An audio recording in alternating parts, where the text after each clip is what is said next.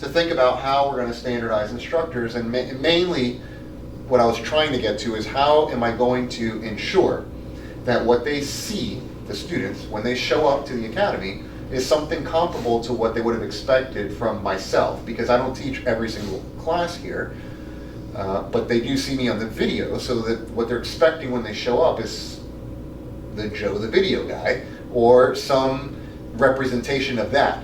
And one of my greatest challenges or fears really was that I don't want them to show up and be like, wow, I was expecting this and I got this, because ultimately disappointment is where expectation is not met, period. So I was hopefully setting up a high expectation that was also going to be met regardless of who was actually delivering the course. But I would imagine on the CRJ there is probably some kind of generator fault light for the integrated drive generator. Okay, the IDG. Same switch.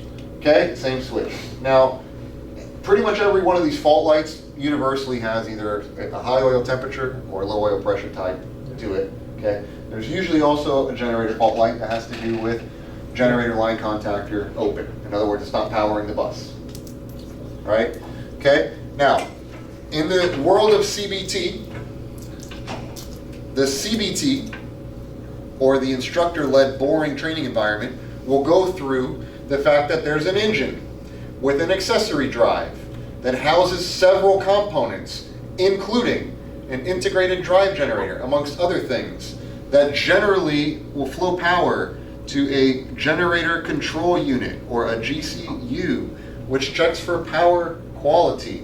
And then, assuming the power quality is good, okay, it'll close what's referred to as a generator line contactor. Maybe some airplanes call it something slightly different, but overall, it's all the same stuff, usually in my experience. What's the point I'm getting to? Eventually, there's a light that's generally tied to this. The Airbus has it, so does a Boeing, that says fault. And the fault light is typically a question that would come on an FAA exam. What does a fault light mean? And the answer is the generator line contactor is open. Mostly the answer that I hear here is that the generator is not powering the bus, which is true. The generator is not powering the bus. Why? Because the line contactor is not open, more specifically, right? What's the point I'm getting to? Did the CBT cover this? Possibly. Did the student actually hear it? Probably not. Why? Because by the time that came out on the CBT, they were asleep. And so the point I'm getting to is that, and even if they weren't asleep, they weren't in a receiving mind space.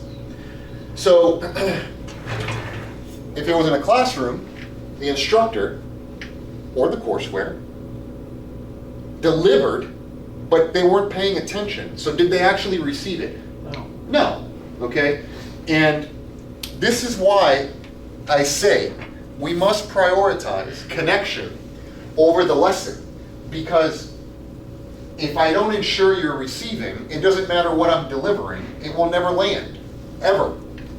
It's not going to go in. Being present with your student. Today, you have seen me stand. You have seen me sit. It's all intentional. You will notice I don't have a chair like what you have up here. None of these classrooms do. Okay? I don't want it because I don't want the instructors to get comfortable to the point where they pull up a table, sit down, and then they're no longer engaging with the student. That's the reason I don't have it up here. Now, we do have these stools because, you know, I understand the need to sit. So you're not going to stand for 8 hours a day. However, I will also say this. Sometimes I sit with the crowd, with the audience, when I want to converse and talk and not speak at them, but speak with them. And it's very different. Generally, when we're doing some kind of storytelling or some kind of something where it has a higher level of gravity, if you will, I would sit and meet you at your level, which is seated. If it's a time of day where I need to hold more attention, like after lunch, because everybody's half asleep, like at right about this time of day, then you're going to find me standing more, okay? So everything is very much dependent on that, and it's ultimately driving to this. I just want to be sure that you're receiving the whole time and that you're ultimately not falling asleep. All right, exercise 3, just a couple pages down. All right, let me explain this. Earlier, we saw that your students will go through these 4 steps. At one point, they don't know what they don't know, and then finally they're able to perform tasks unconsciously.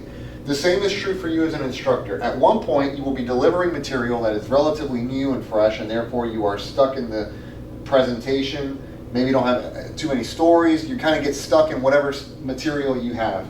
And then eventually over time and with experience, you've delivered the same message so many times, you can effectively deliver it on autopilot. And while you're delivering it, you are you have the mental bandwidth and capacity to take a self-assessment as to how well you're actually doing with everybody. Does that make sense? So this is why I say your ability to be you, the speaker, and you, the observer, simultaneously is directly related to at what level of competence are you instructing at. And the higher the level that you're teaching at, the more likely it's going to be that you're able to assume the role of the observer while also being in the action, so to speak. Now, I do this when I'm flying, okay, a lot. I'll be physically flying the plane, and then I'll think to myself, if I was in a sim watching myself, or in the jump seat watching myself fly, what would I think about my own performance right now?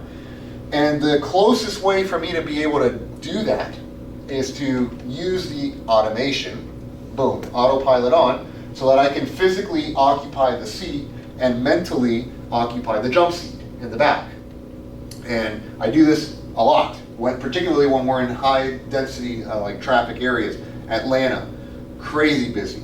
Miami here, crazy busy, especially like pretty soon when all the international arrivals and the departures start pushing to Europe, and it starts to kind of get a little bit chaotic.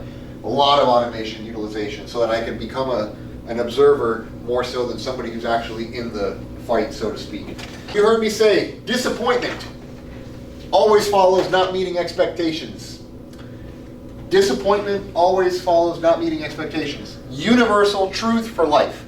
Where an expectation is not met, you are disappointed. Therefore, and for that reason, it's important to set a healthy expectation as to what the expectations are. Tell people exactly what it is that we're ultimately aiming for. This phrase I use almost every training event. The objective of this lesson is for you to feel better or more equipped at the end of it than when we started. In other words, when we walk out today, you should feel better about your ability / capacity or feel more equipped to deliver in a classroom. In the sim, when you go in there, Christian, when we go into the simulator, in the briefing, it's the first thing I tell them, especially if they don't know who you are, or if they don't know who you are. They look at their schedule. I got Zeke, I got Joe, I got Christian, I got Larry, I got Lance, I got whoever. Who is this person? They meet you for the first time. They're wondering, is this going to be a productive session or a not so productive session? One that I'm going to wish I called out for, right? So let me put your nerves at ease with the first statement. There's really one objective for today. That's it. It's one thing. We're going to leave feeling better, more equipped than when we walk in. Period. End of story. Now, if that's true and that happens, mission accomplished. If that does not happen, that'll be my responsibility. Immediately, you've established a positive rapport with them. They know you're on their side. Perfect. He's on my side.